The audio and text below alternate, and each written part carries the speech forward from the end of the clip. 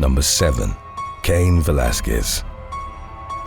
In the early 2010s, Cain Velasquez was arguably the UFC's most feared and dominant heavyweight. He went on to become a 2-time champion for the promotion before he was ultimately forced to retire from MMA following a string of injuries. Velasquez had a brief professional wrestling career in the WWE before he was released amidst pandemic-related budget cuts in 2020. The former professional athlete was officially charged with 1 count of attempted murder in addition to several counts of related weapon charges on March 2nd of 2022. The incident for which 39-year-old Velasquez was charged stemmed from a shooting that had taken place on February 28th, roughly a week after a man named Harry Goulart Jr. had been released from custody on a personal recognizance bond. Goulart had been detained on felony charges for allegedly abusing one of Velasquez's younger relatives. On a stretch of a main freeway in Santa Clara County, California, the former MMA star chased after a pickup truck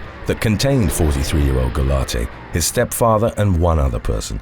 He rammed the truck with his own vehicle, then fired a .40 caliber pistol at Goulart through the window. Velasquez missed his intended target and instead struck the man's stepfather, inflicting non-life-threatening injuries. Velasquez was later arrested and booked into the Santa Clara County Jail. Many within the MMA community expressed their support of the athlete in the aftermath, sparking a movement to free Cain. The same message was written on the t-shirts of nearly 100 people that showed up outside the California court where he was formally arraigned. Number 6. Shamik Holdsclaw. Following an accomplished WNBA career that spanned over 11 years, Shamik Holdsclaw retired in 2010. Throughout her professional run, Holdsclaw earned an Olympic gold medal, while domestically, she was a 6-time WNBA All-Star. In her autobiography entitled Breaking Through, Beating the Odds Shot After Shot, the former sports star wrote that she'd battled with mental health issues during her basketball career. In November of 2012, Holdsclaw went to see her ex-girlfriend, Jennifer Lacey, who at the time was working out at a church on Atlanta's Ponce de Leon Avenue. The 35-year-old former sportswoman approached Lacey, a player for the WNBA's Tulsa Shock, to say that she wanted to return some items. Upon driving away from the church in her Range Rover, 29-year-old Lacey noticed that Holdsclaw was following her. The former drove to a friend's house and upon exiting her SUV was approached by Holdsclaw, who was wielding a baseball bat. Lacey fled into her friend's house and then watched as her ex used the bat to smash the windows of her car prior to firing a handgun into it. It was reported that Holdsclaw had earlier poured gasoline into Lacey's vehicle and that she'd fired the gun in hopes of blowing it up. Lacey and her friend were unhurt in the incident and a warrant was put out for Holdsclaw's arrest. After she was taken into custody, the former WNBA star was charged with aggravated assault, criminal damage, and possession of a firearm during the commission of a felony. She pleaded guilty in June of 2013 and was sentenced to 3 years probation, ordered to perform community service and pay a $3,000 fine. Number 5. Dennis Rodman. Dennis Rodman, one of the most celebrated defensive players in NBA history, rose to superstardom during his 3-championship run with the Chicago Bulls, playing alongside Michael Jordan. Rodman was a controversial figure during his time as a professional athlete, mostly stemming from a wild man persona, much of which he maintained after retiring from the NBA in 2000. He struggled with alcohol abuse, even appearing on rehab-related reality TV shows, and developed a highly publicized friendship with North Korean leader Kim Jong-un, whom he visited several times. In early 2003, Rodman was arrested on domestic violence charges for assaulting his then-fiancée at his home in Newport Beach, California. The following year, he was ordered to serve 30 days of home detention after pleading no contest to charges of drunk driving in Las Vegas. Additional arrests for spousal battery and driving under the influence followed in 2008 and 2018, respectively, with Rodman receiving 3 years of probation for the latter.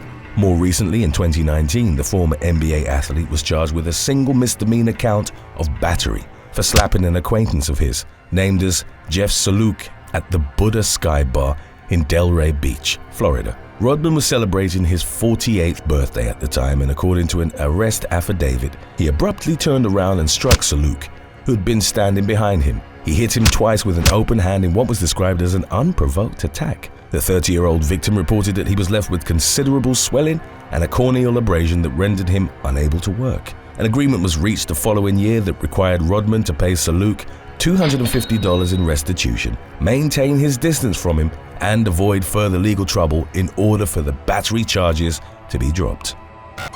Number 4. Mike Tyson. Once nicknamed the baddest man on the planet, boxer Mike Tyson has been embroiled in a plethora of controversies and legal problems ever since his pre-teens, through his professional career and after his retirement. Tyson had already been arrested 38 times by the age of 13 before he was taken under the wing of trainer Cus D'Amato and molded into an elite boxer.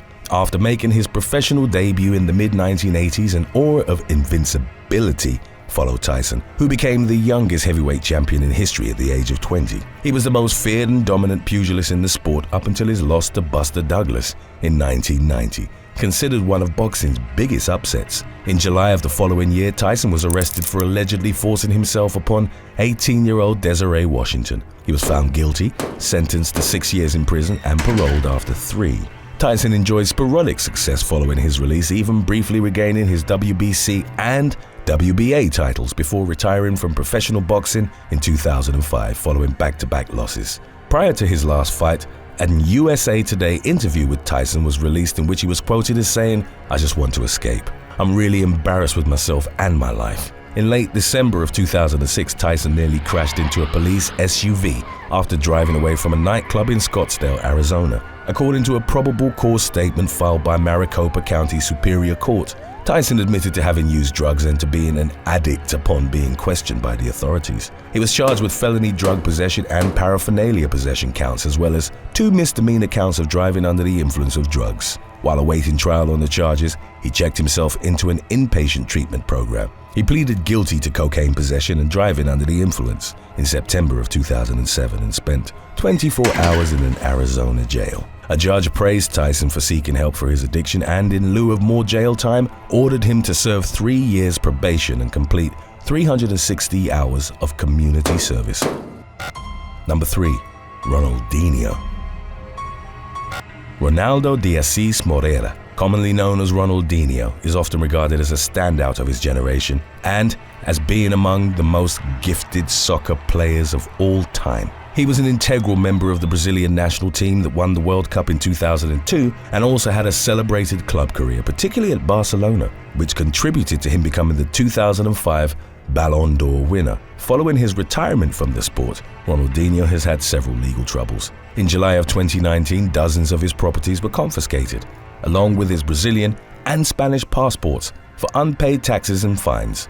The following year, the former soccer superstar and his brother Roberto were detained by authorities in Paraguay for attempting to enter the country using fake passports. On March the 6th, they'd arrived to launch an online casino and promote a book, but were taken into custody after presenting passports which had been issued to 2 women before being modified. The documents falsely claimed that they were naturalized Paraguayan citizens and immediately attracted attention due to Ronaldinho's international fame. He spent his 40th birthday in jail but was allowed to move to Asunción's Palmaroga Hotel along with his brother as part of a house arrest agreement. A judge eventually released Ronaldinho and Roberto following a plea deal with fines of $90,000 and $110,000 for the brothers respectively. After a forced stay of nearly 6 months in Paraguay, they returned to Brazil in August of 2020. Number 2. Joanna Nalborska. A former North Carolina State University tennis star was arrested for domestic assault alongside her boyfriend following an altercation at their home off of Trinity Ridge Road in Raleigh. The incident took place in November of 2018 and it involved Joanna Nalborska and Gilmore Dejoie, aged 25 and 22 respectively. The former had been a prodigious player for the Wolfpack from 2014 to 2017. An unspecified heated argument had occurred between the Polish native and her partner that ultimately devolved into a physical struggle. As reported by arresting officers, Dejoie had choked Nalborska, to which she'd responded by striking him with a meat tenderizer. Consequently, the former star athlete was charged with assault with a deadly weapon while her boyfriend was taken into custody on a charge of assault by strangulation.